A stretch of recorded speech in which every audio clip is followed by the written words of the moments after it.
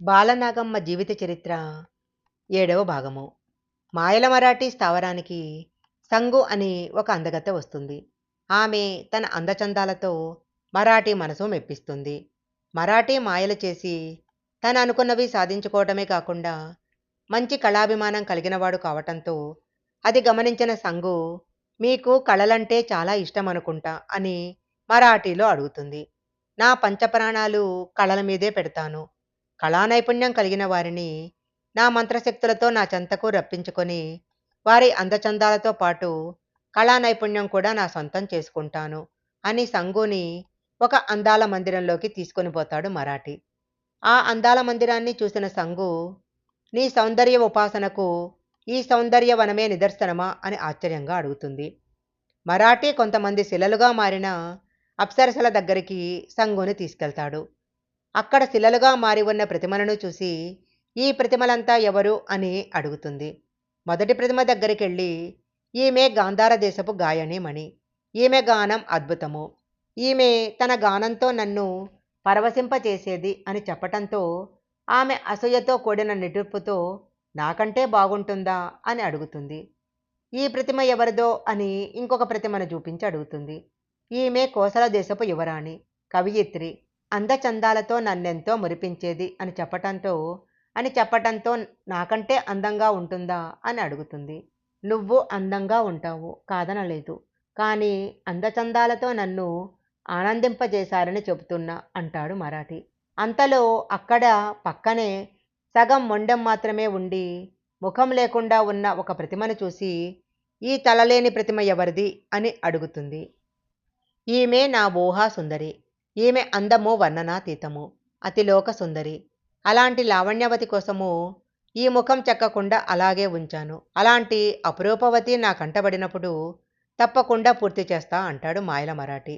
అయితే ఇంకెందుకు ఆలస్యము, నేనున్నాను కదా, ఆ చిత్రాన్ని పూర్తి చేయమంటుంది సంగు. ఈ చిత్రానికి నీ అందం సరికాదు అంటాడు మరాఠీ. నాకంటే అందమైన రూపము ఈ భూమి మీద ఉందా అని అడుగుతుంది. నువ్వు చాలా అందంగా ఉంటావు కానీ నా ఊహాసుందరివి కాదు అంటాడు మరాఠీ. అయితే నీ ఊహాసుందరి ఈ జన్మలో నీకు దొరకదు అంటుంది సంగు. నా మంత్రశక్తులతో ఊహాసుందరి జాడ తెలుసుకుంటాను అంటాడు. ఒక్కసారి నా మంత్రశక్తులు చూద్దువురా అని రహస్య మందిరానికి తీసుకెళ్తాడు. అక్కడ వికటాటహాసమైన అరుపులు విని సంగు భయపడిపోతుంది. స్వాహ అంటూ పిలిచి తనకు కావలసినవి తెప్పించుకొని మళ్ళీ మాయం చేయగలిగిన అతను వశం చేసుకున్న మంత్రశక్తులను చూసి ఆశ్చర్యపోతుంది. మరాఠీ ఎప్పటెప్పటి రాజుల గురించో మాట్లాడుతుంటే ఆ మాటలను బట్టి నీ వయసు ఎంత అని అడుగుతుంది. నా వయసు ఇప్పటిది కాదు అని చెప్తాడు మరాఠీ. నాతో ఉన్న వారికి మరణం ఉంటుంది కానీ నేను మాత్రం చిరంజీవిని అంటాడు. అతడు తను వశపరుచుకున్న శక్తిని ఉపయోగించి ఈ భూమి మీద ఉన్న గొప్ప అందగత్తెను చూపించమని అడుగుతాడు. అప్పుడు ఒక అందమైన యువరాణి తన బిడ్డను నిద్రబుచ్చుకుంటూ కనిపిస్తుంది. ఆమె ఏ దేశపు యువరాణి అని అడుగుతాడు మరాఠీ. ఆమె మహాశివుని వరపుత్రిక, దేవరకొండ రాజ్యపు రాజదంపతులైనటువంటి గోపాలభూపతి భూలక్ష్మి దంపతులకు 7వ సంతానము. బాలనాగమ్మ ఆమె నామధేయము. పానుగంటి రాజ్యపు రామవర్ధి రాజు ఈమె మేనకోడలు మాత్రమే కాకుండా రామవర్ధి రాజు ఆఖరి కొడుకైన కార్యవర్ధి రాజు యొక్క భార్య అని చెప్తాడు. ఆమెను వశపరుచుకోవటం చాలా కష్టమైన పనని వద్దని చెప్తుంది సంగు. కానీ అనుకున్నది సాధించే వరకు ఊరుకోనని శపథం చేసి జంగమయ్య వేషం వేసి పానుగంటి రాజ్యానికి బయలుదేరతాడు. అక్కడ తలారి రాముడు భోజనానికని ఇంటికి వెళ్తాడు.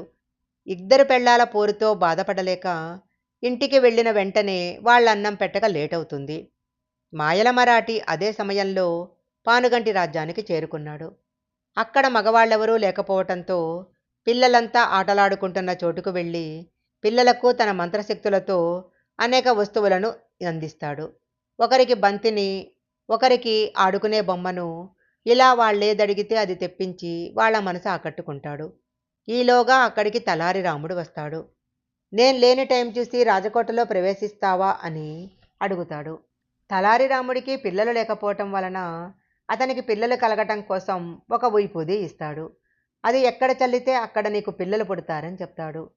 భిక్షాటనకు వెళ్ళాలి, లోపలికి పంపించు అని అడగటంతో జంగమయ్యే కదా అని పంపబోయి గేటు దగ్గర ఉన్న పుస్తకంలో సంతకం చేసి వెళ్ళవలసిందిగా కోరతాడు. అలాగే పుస్తకంలో సంతకం పెట్టి లోపలికి వెళ్తాడు జంగమయ్య వేషంలో ఉన్న మరాఠీ. లోపలికి వెళ్ళి గుమ్మంలో ప్రవేశించటానికి వెళ్ళబోతుండగా కార్యవర్ధిరాజు యుద్ధానికి వెళ్ళేటప్పుడు గుమ్మంలో అడ్డుగా గీసిన రక్షరేఖల నుండి వచ్చే శక్తులను దాటి లోపలికి వెళ్ళలేకపోతాడు.